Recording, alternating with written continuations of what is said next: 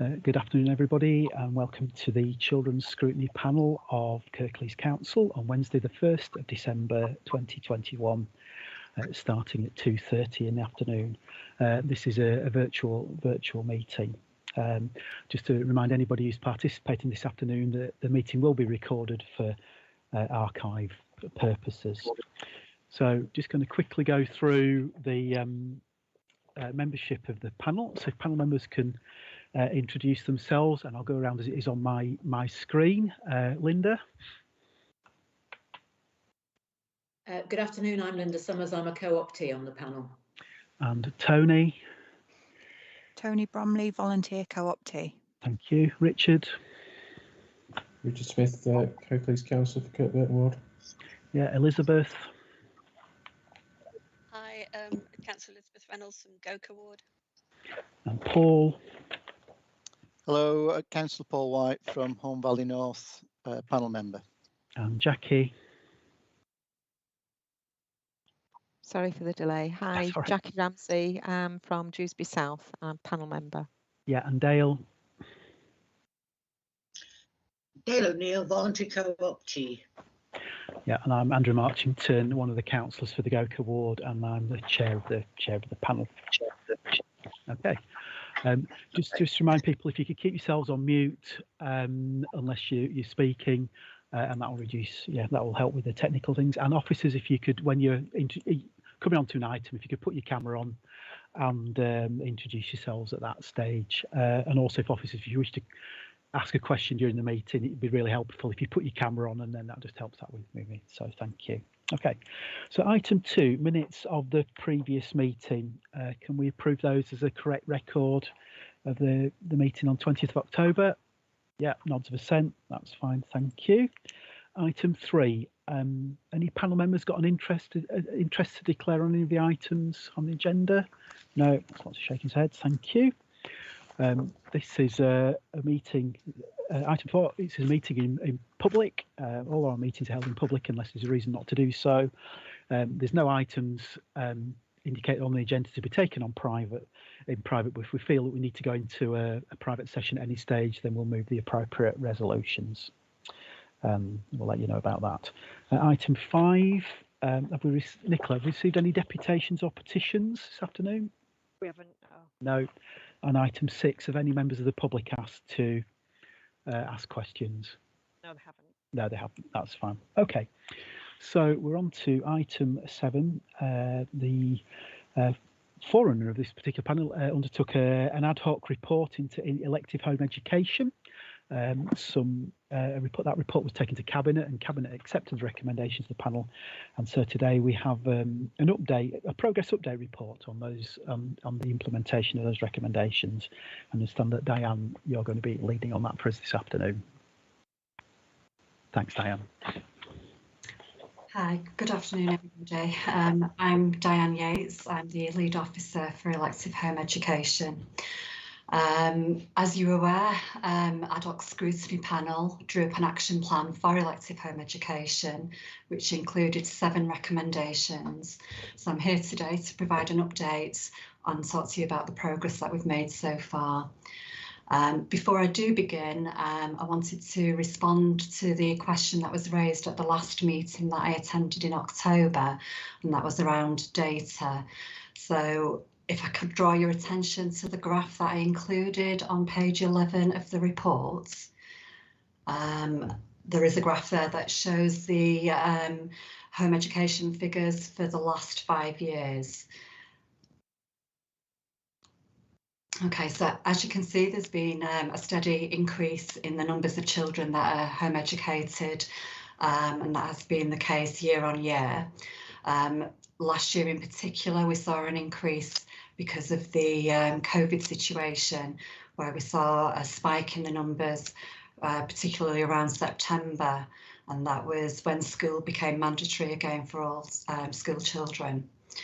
The numbers do fluctuate, So the figures kind of are up and down constantly. We have many children returning to education at some point, with quite a few parents choosing home education just for a temporary period, perhaps whilst they're waiting for a school place at their preferred school.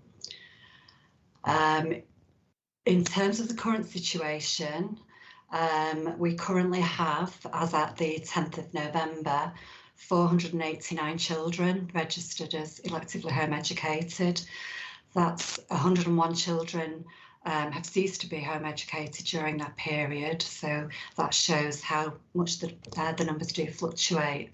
So there has been a total of 590 children. I think the question was asked last time about the percentage, and that works out today at 0.7% of the full school population in Kirklees. Okay, are there any questions about the data before I move on to the updates? Okay, thank you. Oh, Dale syndicated, Dale? Yes, I know it's extremely difficult to collect this, but do we know what was the main reason for electing home education before the spike caused by COVID? Yeah, the majority of people that are parents that home educate do so because of a philosophical lifestyle choice. So that is still the number one reason why families are electing home education. Last year we saw, as I've already said, the spike because of COVID, but we also are seeing high numbers of parents choosing home education because they want their children to attend a particular school. So that's for a temporary reason, which is why we see the churn that we see. But we are seeing more children with anxiety and mental health concerns. So parents are choosing to home educate to kind of support the children's needs in that regard. So the reasons still, by and large, are predominantly around parents choosing to home educate as a lifestyle choice. Is that all right, Dale? Is that okay? That's fine. Thank you very much. Thanks, Diane. Thank you.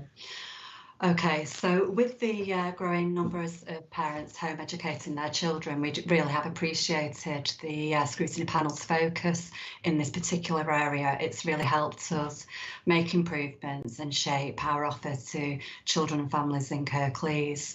So in terms of the 7 recommendations that were made, I'd like to go through each one, and then I'm happy to take questions at the end. So the first recommendation was a new Kirklees EHE policy. As you know, I came to the last Scrutiny panel to talk to you about that. That has now been approved by Cabinet, and the policy is now in place. So that point has now been fully actioned. The second recommendation was around the consideration of a dedicated EHE team. So I am aware that the ad hoc panel met with a number of parents that home educate and listened to their views, and particularly around how they felt it was important that there was a dedicated EHE team.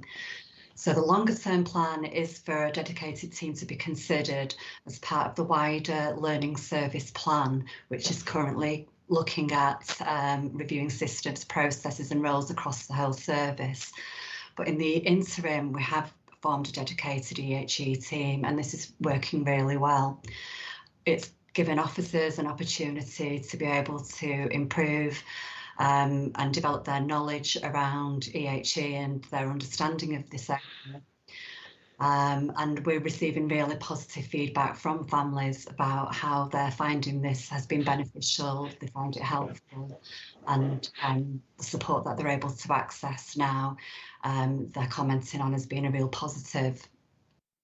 And we also believe it is helping us build upon our positive relationships and trusting relationships with families, which I think was also cited as a bit of a concern in the past.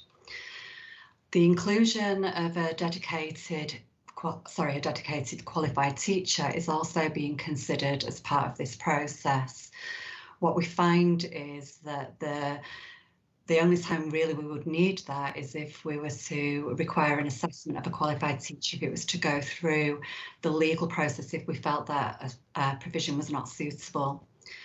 Those occasions are few and far between, and it's felt that we could probably manage those on an ad hoc basis by tapping into those resources as and when we needed to.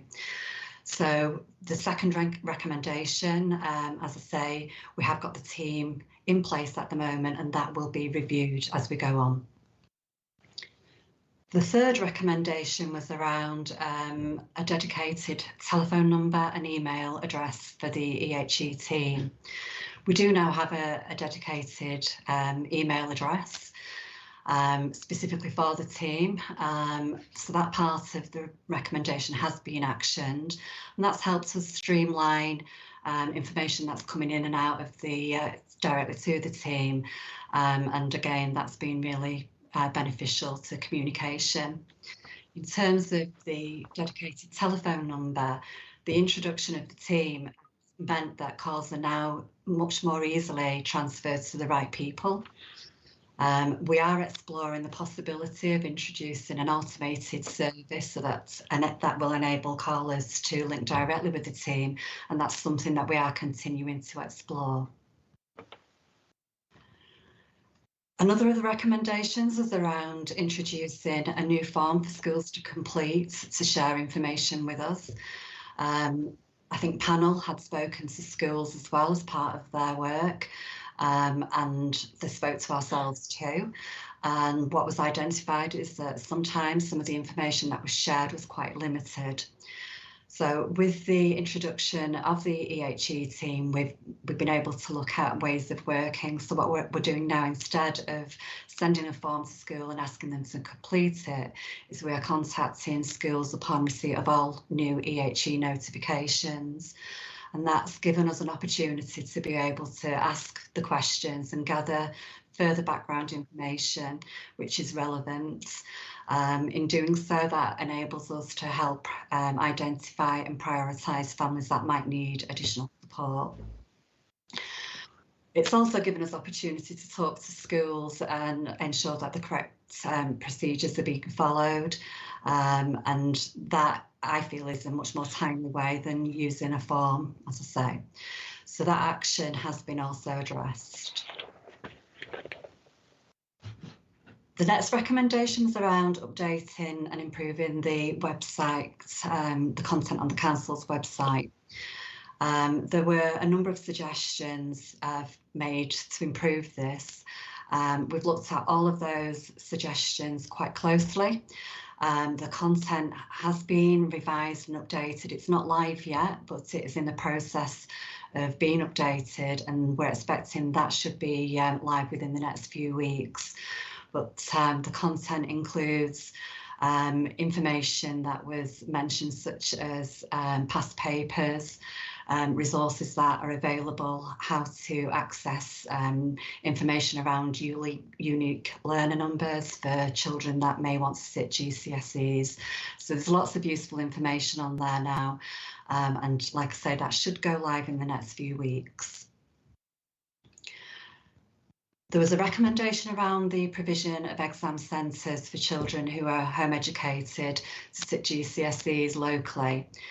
The last time we met, this was mentioned as well, and actually we have now got two independent providers in the north of Kirklees that are accepting private candidates, so we have made some progress there. We are exploring still the possibility of finding other provision that would be able to accept candidates in South Kirklees as well. So hopefully we'll be able to offer that at some point in the future. So that work is still ongoing. And the final recommendation was around options for alternative provision, particularly for Key Stage 4 children. We've made some good progress here. We've worked very closely with Kirklees College and looked at 14 to 16 provision available in neighbouring local authorities. The college were really keen to be able to make a similar offer to other local authorities. and a pilot is now in place. So we have a small number of children that are currently attending Kirklees College. They do so for 1 day a week. They're accessing maths and GCSE, maths and English, sorry, up to GCSE level. And they're also taking the Princess Trust Award. So that's a pilot scheme. The plan is for that to be developed further. I think the college are looking at providing a range of different options, and the plan is for this to be rolled out so that more children can access this in both the Huddersfield and the North Kirklees sites.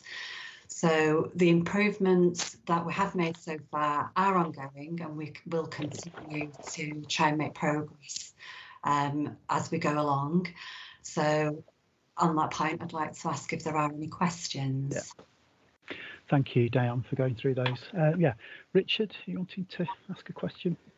Thank you. Yeah, this was related to the first answer that you gave, Diane, regarding reasons for people going to home education for their children. So the first and large category you talked about was people making a philosophical lifestyle choice, Yeah. Which is absolutely their right to do, and there's no issue with that. They're doing it for reasons they believe to be the best, etc.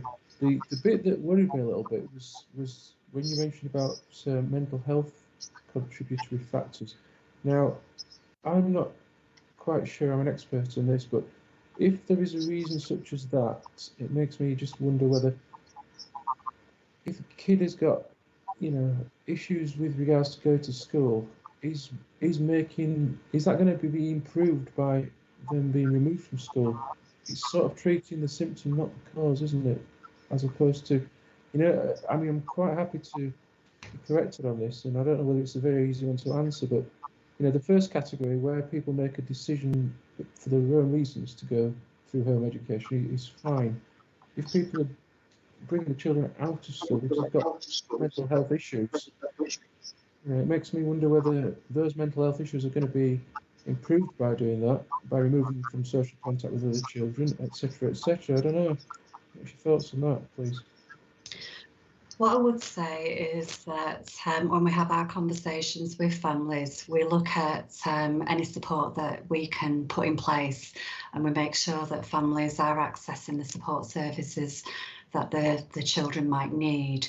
Many of the conversations that we have with families, they talk about children's anxiety being reduced as a result of not attending school. So we may have some children that have school phobia and anxiety around being in a school environment. So families are making that decision as they see it is in the best interest of their child.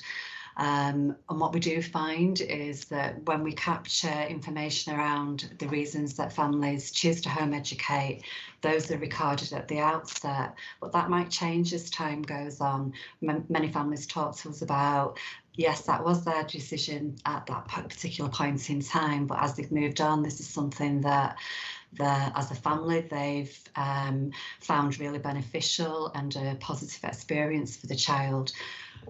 The other point to also make is that, I mentioned earlier, there is a churn. So we are seeing and supporting many families re-enter the education system as well. So there are quite high numbers of children that do return to formal education, and the period of time that the children have been home educated has been a temporary measure.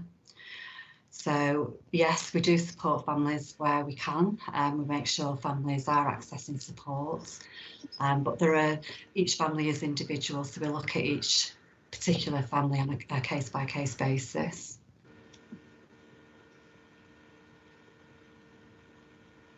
Is that all right, Richard? You wanted to? Yeah, I suppose. I mean, it's sort of reassuring that the checks and balances are there. I suppose I was thinking about, potentially an instance where a child was being bullied and then withdrawn from school, and is it going to help them in the long term by removing them from education? Because at some point they've got to go back into the big wide world again. But yeah, no, I'm reasonably reassured. Thank you. Thanks, Richard. Dale, have you got a question on elective home education? Well, Diane, this is not a question, this is a comment. I was a member of that ad hoc panel, and I am extremely gratified to see the measures that you've taken, which, according to your information, have been welcomed by parents. So I'd just like to say thank you. Thank you. Yeah. I think I'd like to just comment there, actually. The work that's been undertaken around making the changes and the improvements is not just about one person, it's a team. And I'd say that we need to give credit where credit's due there. The team have been really, really supportive and committed to making these changes. Yeah, thanks for that question, Diane. Yeah, I mean, that was picked up, you know, when we were speaking to parents with the ad hoc panel about appreciating the work that you and the team were doing, really appreciating that, and it's yeah, we're glad to that, and glad to see you continuing to work for the children and families in this situation. We are hoping, if possible, and we didn't know how possible is, as one of our visits, our revisits, actually to meet some of the parents and young people who made contributions to the elective home education report. If we can do that again, just to see how they feel about the changes that have been made in the recommendations. So, panel members, Elizabeth, yeah, a question or comment? Just a really quick comment and question, really, following on from what Richard said. What does occur to me is that we have a very large conversation going on nationally and locally about children's mental health in general, and it would be really good if those thoughts from parents were actually fed into the school system and into the mental health system.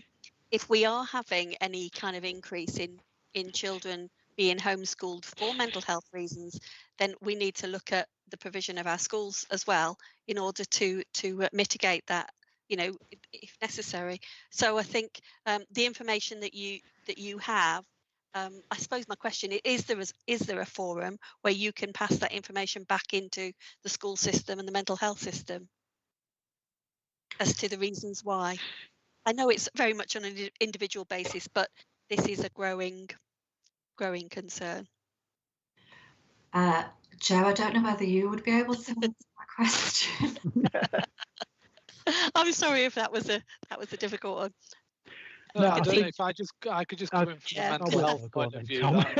Yeah, thanks, Tom. I think Joe could probably come in from a kind of education point of view, but I think certainly what we could do is that Stuart Horn, who's the head of Children's Joint Commissioning, and myself oversee the mental health provision. So I think having an understanding of trends and trajectories would be really useful in terms of understanding that. And I think it's particularly important because a lot of our mental health support, particularly the model around mental health support teams in schools, obviously focuses on educational settings. And I think it's a really good point, although there is ways of accessing it that aren't school-based, how we meet the needs of those children and young people who are electively home educated through that agenda. So yeah, there is forums where we can do that. So Diane, maybe if you link in with me and Stuart, we can have that conversation.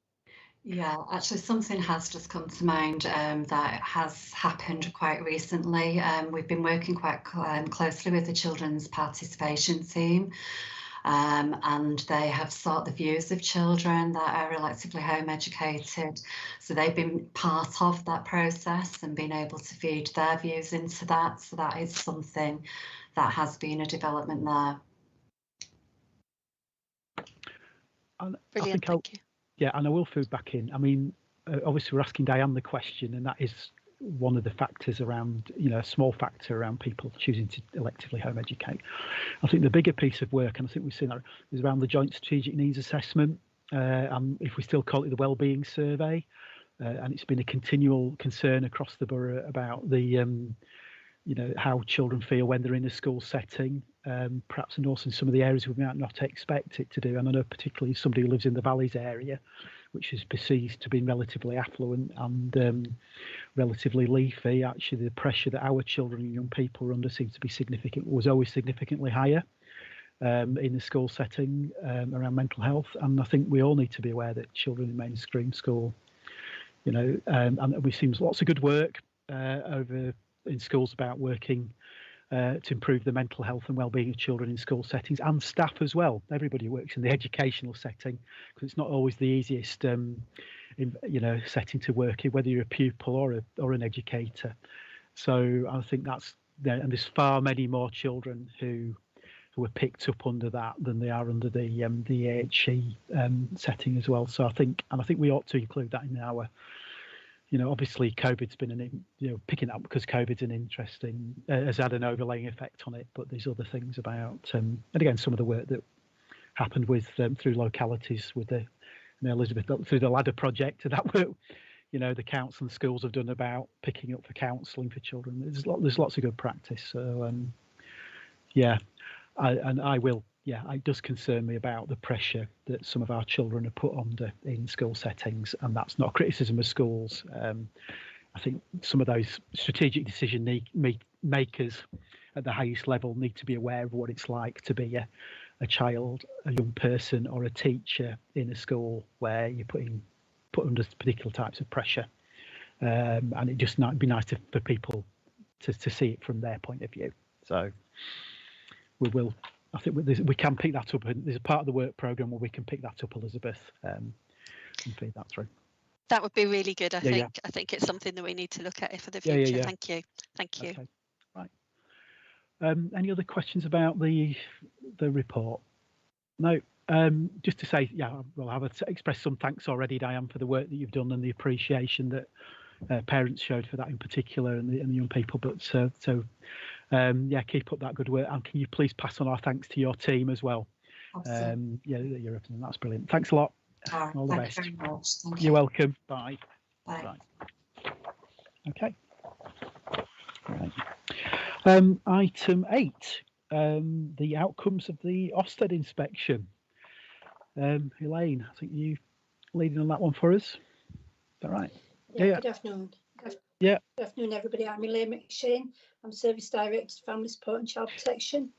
So I'll just do the headlines from the letter because people have had sight of it, but just to set the context, because the inspection took place, it was a visit actually, a focus visit that took place on the 6th and 7th of October, which seems like a lifetime ago now. And the inspectors looked at the local authority arrangements for the experience of children in care, and in particular the quality of matching, placement decision making for children in care.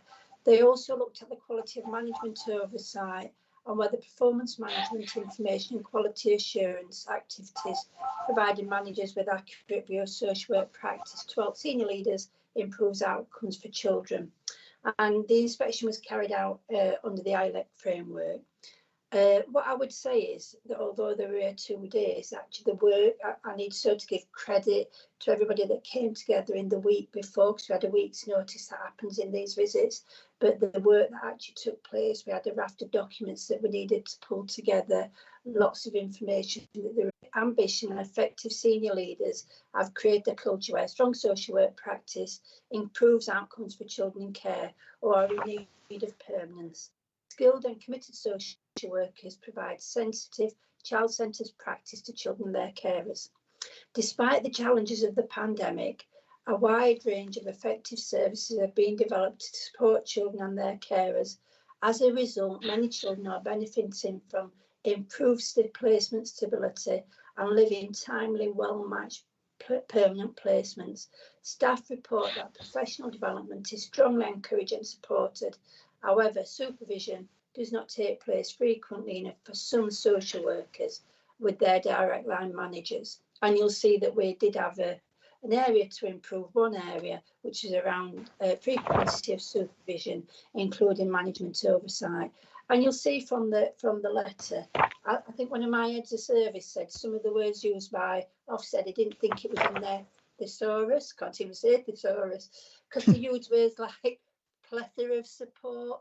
And actually, when you've been in an inadequate situation, as we were earlier, and all the monitoring that's taken place, and I could get quite emotional actually, because sometimes, some of the feedback is not where you want it to be. I couldn't have written this better myself, which is unusual in terms of receiving an Ofsted letter. Well, perhaps I could have had a few more bits.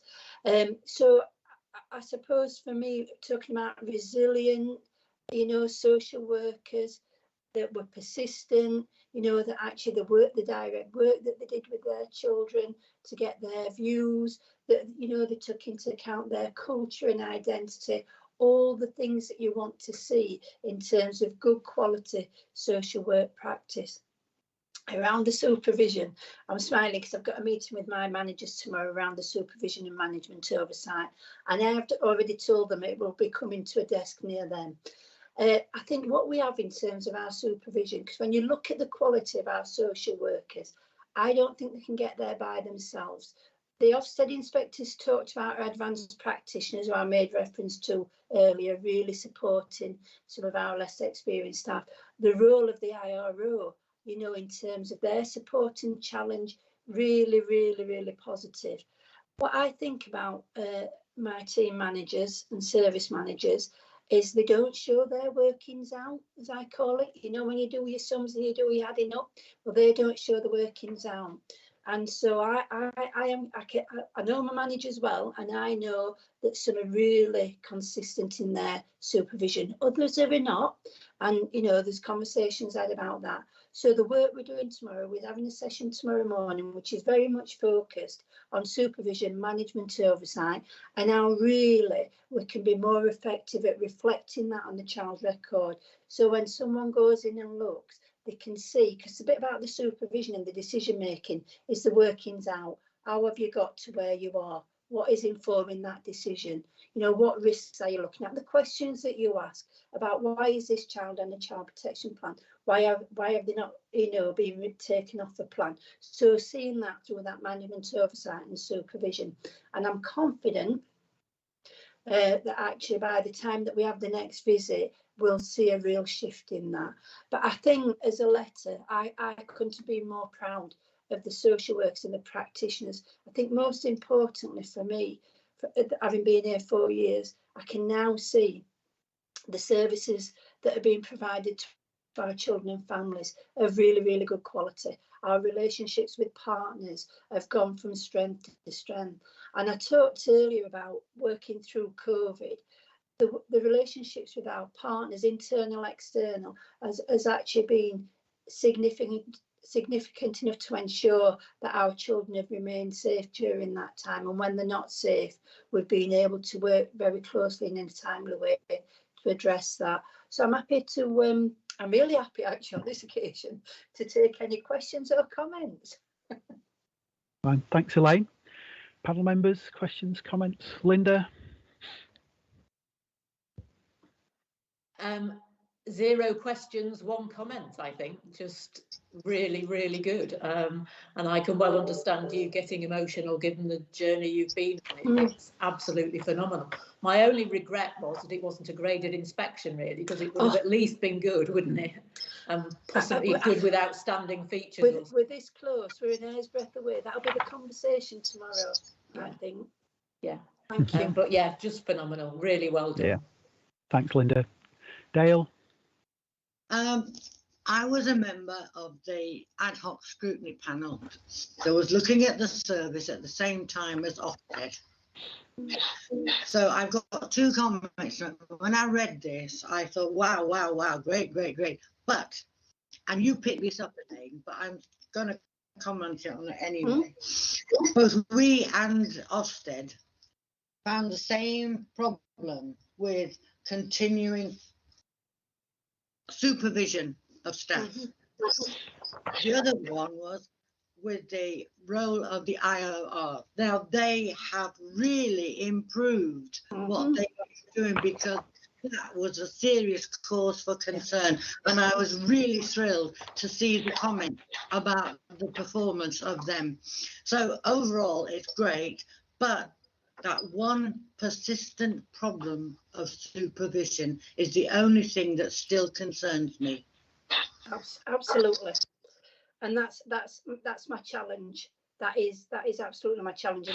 And actually on the inspection, we had an inspector, our old lead inspector that did the monitoring visits previously, who is now an area inspector, had to stand in.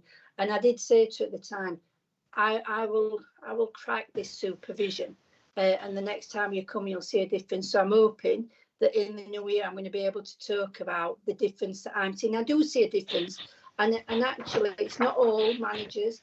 The thing about getting to outstanding, everything has to be consistently good, and that's what we're aiming towards. Everything being consistently good, because actually that means that we are doing the right thing by our children and families, and that's what I want to see. So when I look in a record, I've been looking today, I see some fabulous work, I see some that's not as fabulous, and I just want consistently good across everything I see, and that's what we're working towards. Yeah. Any other questions, comments? Linda, is that hand from before? Yeah, fine. Okay, that's fine.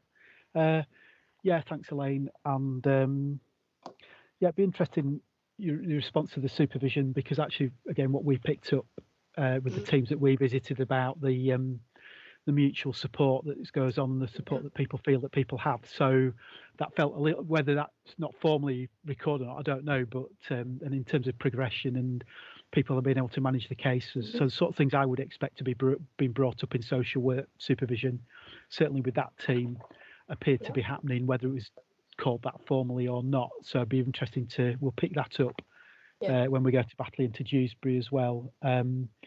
The paragraph 3 on the main filings about child-friendly care plan. So that children's voice stuff that wasn't being done consistently or was being taken. That's a fantastic improvement in that respect. That's great. The placement, I suppose, and our continuing question about, why do we have so few children looked after? But that point, whether it's the term, stable placement arrangements, for children not in their birth families, and I think that's a wider view of that, isn't it? So that's good. If we're thinking about under some strategic stuff underlying that, the independent living, and I suppose the other thing, the last thing, I mean, it's not about the political issue, but corporate parenting board. So corporate parenting board was set up, I think it might have been just around the same time as that difficult Ofsted inspection, but actually as an observer of how the corporate parenting board operates over time and the degree of scrutiny that goes on in the partnership working. I mean, it's really good to see, members of the Kirklees fostering network there. And that was that took a little bit of time, persuasion to say, actually, it's appropriate for them to be, but those people who are delivering that really important care for our children and young people, for them to be there and to make a contribution. And they are some of the most vocal members of that. To do that, and that's partnership working in that respect, but other partners who feel the opportunity to do that, and so there has been a significant improvement in the way that board works and its effectiveness over time, and that's really pleasing to see, and just hope that continue. And there's still things that we could be doing to improve on that journey. So yeah, well done, Elaine, thank you, and look forward to no, I'm not going to say that. We'll see what happens. Yeah. Yeah. The next. Watch this space, I think, is the right. tone of the moment. Yeah. Oh well. Good. Right. Thank you. Right. So on to item 9. Feedback. Panel members' issues considered by the corporate parenting board. I don't want to go through. I mean, it's a long agenda. It was a much longer meeting than our meetings are. But some highlight in the informal meeting, there is a robust discussion of the data that's going on. Again, there's been a dropped-in number of children looked after. Questions are asked about why that is happening. Ophelia had fed back some information on, again, what's the difference between Kirklees and other areas.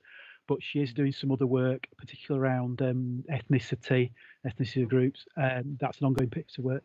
But also about how other local authorities in our neighbours are looking at special guardianship orders, which we knew heavily, but that's an ongoing piece of work. So as soon as that's been reported back to corporate parenting board, because that was an issue raised at scrutiny, that'll be fed back to us as well. So that was really useful. There was some other stuff about them. Again, there was a report on the foster. The annual fostering report, and that was interesting. Again, that work done to make sure that we've got foster carers sufficient foster carers to meet the needs of our children and young people in Kirklees. Some interesting feedback from the fostering network about that, and again the importance of interviews when people choose no longer to be a foster carer. Some of it's to do with people having done their bit over the years, so they've fostered a lot of children over time, and they might be feeling they want to step back from that, but also that so the work done to make sure we're recruiting new foster carers. And I think the fostering network has an important part to play in that. So that's just a couple of highlights from my point of view along that quite a long agenda at Corporate Parenting Board. So don't know, Dale, do you want to give any feedback from Corporate Parenting Board? Yes, I agree with you about the importance of the fostering team being a member, being invited to that Corporate Parenting Board meeting. They were extremely interesting, extremely enthusiastic, but there was one issue which still remains from the previous Corporate Parenting Board, and that is the need for exit interviews, which, as far as I know, has still not been sorted out. Yeah, I think it's the number. Yeah, I think they're offered, but it's not always followed. It's not always followed up. So that'd be really good, I think, to see. And I think but they're aware of that, and Corporate Parenting Board is chasing that. But thank you for raising that, Dale. Yeah, Tom, sorry. Yeah, Councillor Martin, thank you. It's just to come in and say, yeah, that is currently underway now, so that is being implemented fully, Dale. So and it's a recommendation in the annual report as well. Yeah. Oh, I did have a third thing I wanted to highlight as well. There's a report there from the virtual school head, Janet Tolley. So we have a virtual school for our children looked after. But actually, it's interesting to know there's a couple of other members of the teaching staff there, I think, covering primary and secondary. Actually, to get a bit of strength in depth. So it was now, we used to just seeing Janet, but it's now a virtual school team. But also there's a virtual school governing body as well. And I think those of us who have been school governors in any respect, I think there was perhaps there's a bit of a request for those people who would be willing to be governors of the virtual school. I think Carol Patterson still on? Oh, Carol's there, so there might be you're a virtual school governor, one of our cabinet members. So I think if anybody's interested in that, or we know people who might be interested in being a governor in that context, then to get in touch. Carol, do you want to? Only to say I'm the chair, yes, of the virtual school governing body, and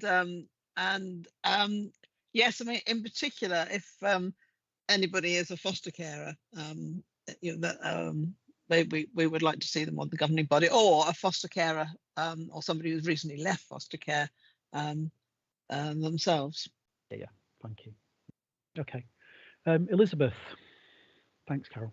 Just to add really to the comments that you made about the Corporate Parenting Board, the Youth Justice update was really quite interesting. And the thing that I drew from that was that actually looked after children are on a completely even keel. There's no change at all in the involvement of looked after children within the youth justice system. So that was quite good. And also the work going on, particularly with Tom Brailsford with the CAM service, trying to improve the waiting times. I think that was significant as well. So thank you very much for both those.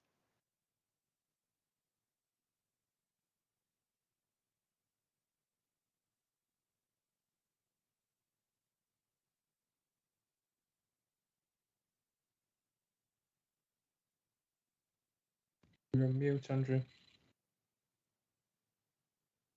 Thank you. Richard, anything you want to feedback from corporate parenting? I don't think so. No. Just on the youth justice point that was just made, I think it's one that's sometimes difficult to to understand fully, because I don't think they are fully on an even keel looked after children. I think they are in terms of like things are getting better. I think we still need to recognise that it is more challenging for looked after children to without the without the family support there, and we're all corporate parents at the end of the day. I think we keep banging on about that in council meetings, but as a body, everybody who's represented Kirklees needs to remember that. So that's all. Yeah, thanks. Yeah, thanks, Richard. Yeah. I suppose the last bit of feedback from me, actually, what was really good is actually there's a former care leaver, former looked after young person, is now a member of the corporate parenting board. I think it was their first meeting. So again, that's really good, you know, getting the people who counsel being corporate parents actually most effects being part of that process. And I suppose that leads on to where we had discussions with young, you know, discussions in the past with children and young people who've been looked after, and you know, their experience of feeding in directly. So so again, and yeah, so thanks again for those people who attended that. And again, just I said on the previous item, it's really good to see the corporate parenting board doing the work that it's doing, and the effectiveness of that. Okay. Item 10, the work programme. We are, I think at this stage, we're sticking to the programme we've got. We're still going through the series of visits to various groups. So I've mentioned it a couple of times during the meeting. A number of times we visited the Slathwaite frontline children's social work team. We're going to be following up with visits to Batley and Dewsbury. So we will have visited 3 out of the 4 teams just to corroborate some of that. We've visited the now what's it? It's the Youth Justice Service and the Youth Offenders. There's been a bit of reorganisation there, so we did actually go and visit that. That's the team that Ian Mottleshaw leads. We had a bit of a discussion about their HMIP, Her Majesty's Inspectorate of Probation inspection. A little bit of frustration. Lots of good work going on there. Recognition of that really good interaction between the team and the children and young people who are involved with the youth offending team. Restorative practice taking place where both victim and offender are willing to do that, and the really positive outcomes that comes from that. A little bit of frustration about how the score was arrived at, and Ian's work, I think it was to do with the way that some of the partnership working is recorded, to do with, it's a horrible word, disposals, I think is a police phrase, you know, when young people are reacted. So I think there's work being done on that to make sure that's recorded in a way that would make a big difference. So Elizabeth, had you got about the about the work programme, actually? Yeah. There's something that came up quite in discussion yesterday, quite late on, I think, in my day anyway. So, that I wonder if we just need to be quite aware of, and maybe just tick off in our heads, really. The recent publication of names and some addresses of the those people that have been charged with CSE cases within Kirklees.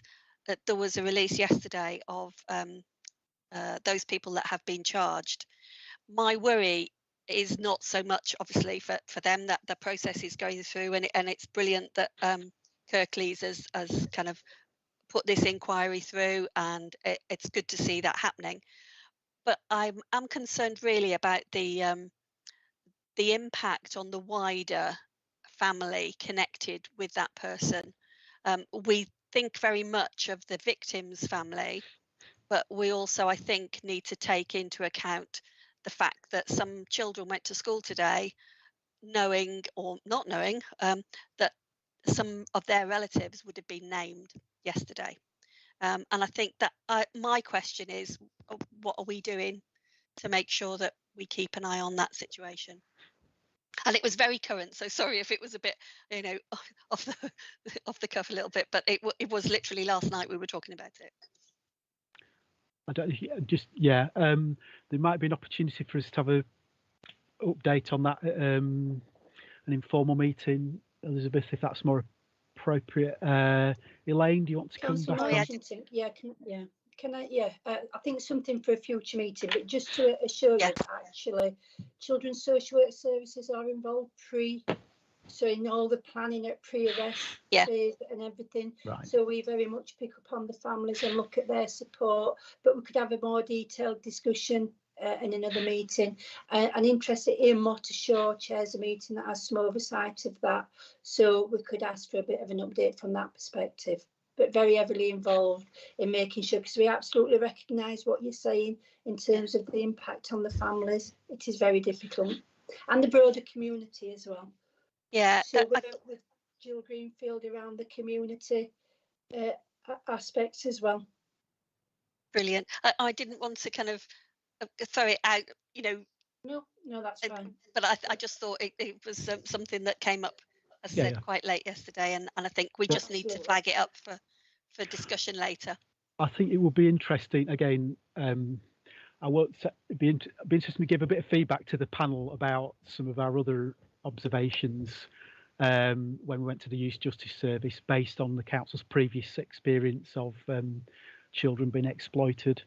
So I think it'd be really good, because there's some interesting work going on. So I think I'll speak to Nicola and Helen about if we can programme that in when appropriate, because I think you'd be interested in that. And of course, Ian Mottershaw is a former police officer who was heavily involved in some very impressive police. When Kirklees was going back through historic cases of child sexual exploitation, a lot, going back over 20 years, looking through that, and Ian was involved with some very impressive pieces of police work, and some of that work is now, feeding through into the better working around using. Richard? Thanks. Yeah, just briefly on that point, I don't disagree with anything that Elizabeth just said at all. I'm just wondering whether there's an accepted practice, isn't there, amongst any kind of criminal case, whether or not people are named and addresses given, etc.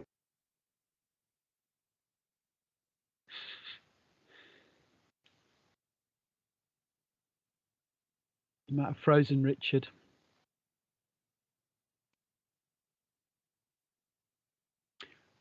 Can somebody else?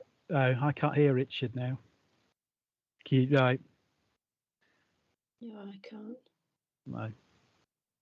I think he was saying that actually there is a practice around address and things. I think in this situation it's very sensitive in terms of actually the family, what they experience, children in the family also. So we have to be really mindful of that.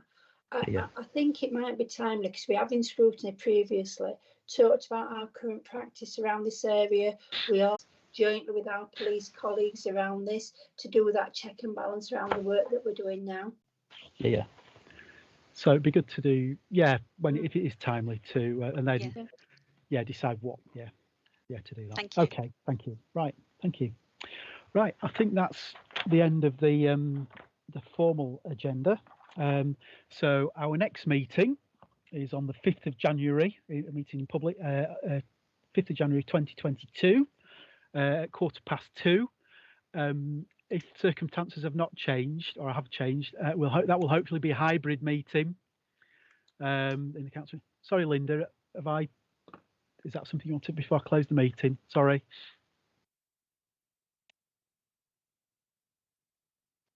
Sorry. It was just a quick query about the work programme before we. Coming to our March meeting, we've got the usual educational outcomes. I just wondered whether that would be timely as well for a more general report on the new learning strategy and how that's going. Joanne? Would that fit in? Hello, good afternoon. Joanne Sanders, Service Director for Learning and Early Support. I think you're absolutely right. It would be a missed opportunity if we didn't give a progress since the strategy was adopted by Council and its partners. There's lots of work underway, so we'd really welcome that opportunity, Linda. Chair, if that's comfortable for yourself, no, that sounds we'd great. really like to do that. Thanks. Put that in context. Thanks, Linda. That's great. Okay. Right. So our next meeting is, if all being well, it will be a hybrid meeting. in the council chamber, and those people joining us online where appropriate. So that'll be on the 5th of January 2022 at 2:15. Thank you everybody for their contributions this afternoon. Most appreciated. Oh, and all the best for Christmas and the New Year. Wow.